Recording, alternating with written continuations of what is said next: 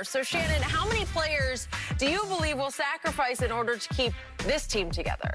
I don't believe Shaq Barrett will, because somebody's going to throw $100 million at him, Skip, and you just can't give that kind of money up. Levante David is going to be 32. This is probably his last big payday. Chris Godwin is on a rookie deal, and somebody's going to throw 15, 17, $18 million at him. I don't see him doing it. Gronk has made it abundantly clear. He only wants to play football if he can play with Tom Brady. AB doesn't have any other options. It's either Tampa for that minimum with incentives, or it's nothing. So for me, the guys that I just mentioned, Skip, I just don't see Godwin, Shaq Barrett, and Levante David with the big paydays that are going to be coming their way. I just don't see them turning that down. Football is such a dangerous game, Skip. There's not, you know, if I get hurt, baseball, Skip, they get $340 million. Garrett Cole is getting $340 million. Mm-hmm. You know, these guys got these 300, these 250. Mike Trout is going to get all $412 million. Yep. An NFL player is only going to get what he said, that signing bonus. Mm-hmm. So for me, I just don't see how you can turn that. I don't see these guys turning down that kind of money. It's not like Shaq Barrett has made a ton of money. It's not like Chris Godwin has made a ton of money. Levante David was a second-round draft pick, if I'm not mistaken, Skip, in 2012, if I'm not mistaken. Yep. Probably made decent money. But this is a chance at a large payday, Skip. So I can see Gronk. I can see AB. But Gronk, like I said, Gronk is going to play for as long as he's playing with Tom, he's happy. AB doesn't have a whole lot of options, so he's straight. Leonard Fournette, is somebody going to throw a ton of money at Leonard Fournette? I don't believe so, so I believe he comes back. But the big guys that I mentioned, Levante David, Shaq Barrett, Chris Godwin, I believe they'll be playing elsewhere because of bigger paydays.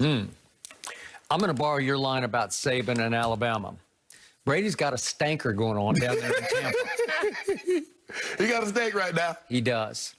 They have a potential dynasty to be built there, because I think they'll have a great shot at winning next year, and then we would see, because Brady's got ultimate goals. I'm sure he's thinking out to, we could be the first team to win 3 in a row. Yeah. I know it's a long shot, but trust me, he's thinking about it, because that's what he does.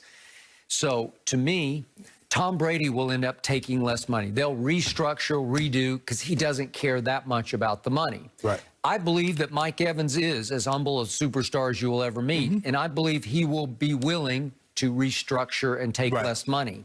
If it means being able to keep Chris Godwin, or one of the two, as you've pointed out, probably Shaq Barrett's a little more valuable than Chris Godwin is, because you only have one of him. You got some other pretty good Chris Godwins. They're not quite Chris Godwin, but you got AB, you got Scotty Miller, you got Tyler Johnson, you got the kids coming up. And plus, Skip, you can go in the draft. You can get a receiver in the second or third round. And you got O.J. Howard coming back to join Cameron Brate and Gronk at tight end. So you got an abundance of targets that you'll be just fine. I would rather them keep Chris Godwin, because he's really good and he's really a good kid, too.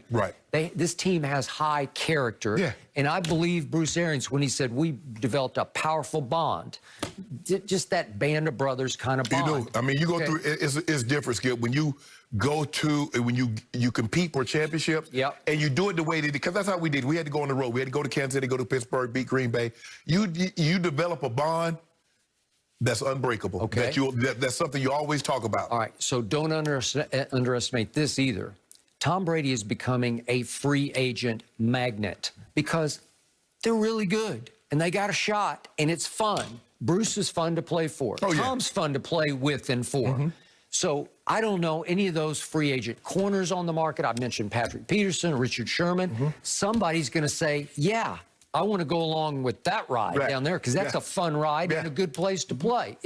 Weather's pretty good, obviously. With comparable money, Skip, I mean, $1 million here or there, obviously you go there because, you know, Texas, Florida with no state income tax. So you can make that up. And so but the kind of money Shaq Barrett is going to get thrown at him, the kind of money that Chris Godwin, I believe, Skip's going to get thrown at him, I just don't know if you turn down, you know, $100 million to take $60 million.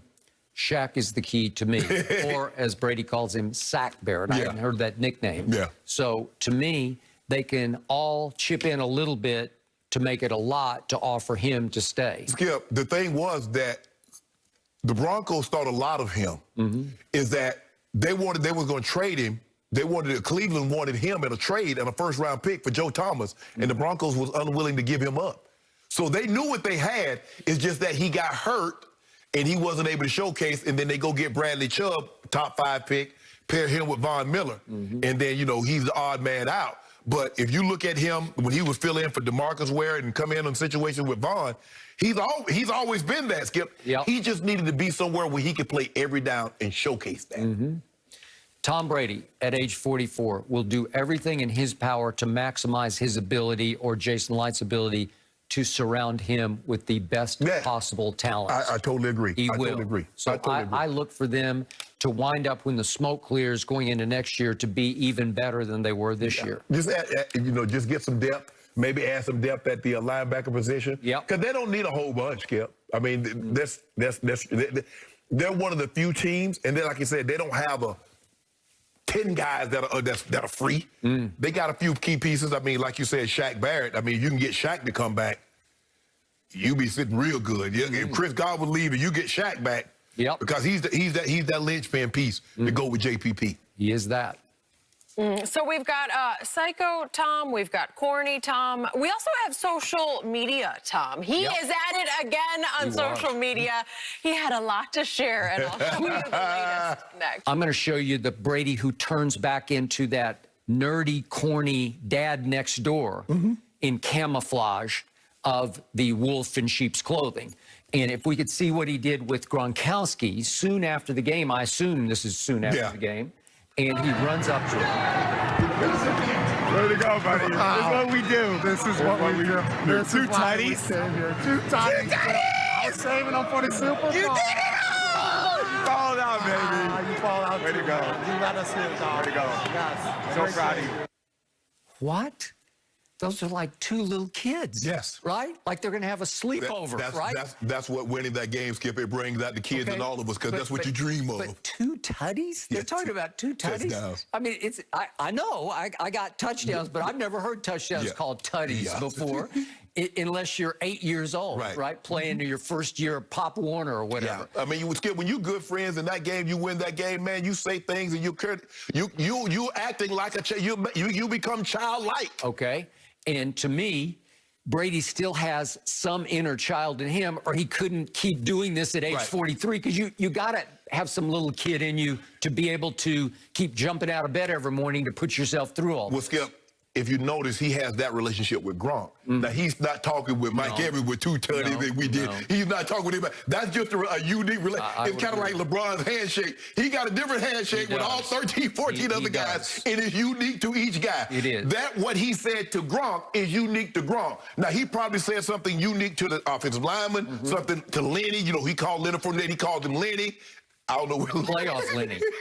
So that part, Skip. That's my only thing. Look. Okay. I don't want people to think, well, Shannon, you being hard on. Look, Tom apologized, and maybe he felt that what he said was out of character for him, even in that moment. Because sometimes, Skip, emotions get the best of you in a heightened situation. But he felt that, you know what? Let me apologize. I don't have a problem with the apology. I just have a problem that it got out that he apologized. If Honey Badger wants to say something, let Honey Badger say it. But don't your camp release it. Okay. I'm with you. But again, I believe there's genuine embarrassment in Brady that he said what he said to that player. I believe he has the utmost regard for that player, and vice versa, because they had said nothing but great things about each other. And I thought, I just believe in all my heart and soul that he felt like Ty Matthew got in the crossfire of all of his emotions, and suddenly he lost his head. And obviously, they had just victimized Ty Matthew on the 1-yard touchdown pass after Ty had been victimized on the one pass interference that I didn't think should have been called. Right. Okay. Skip, I think it started when Honey Badger got that interception, and maybe Brady was like pass interference, and maybe Honey Badger like that wasn't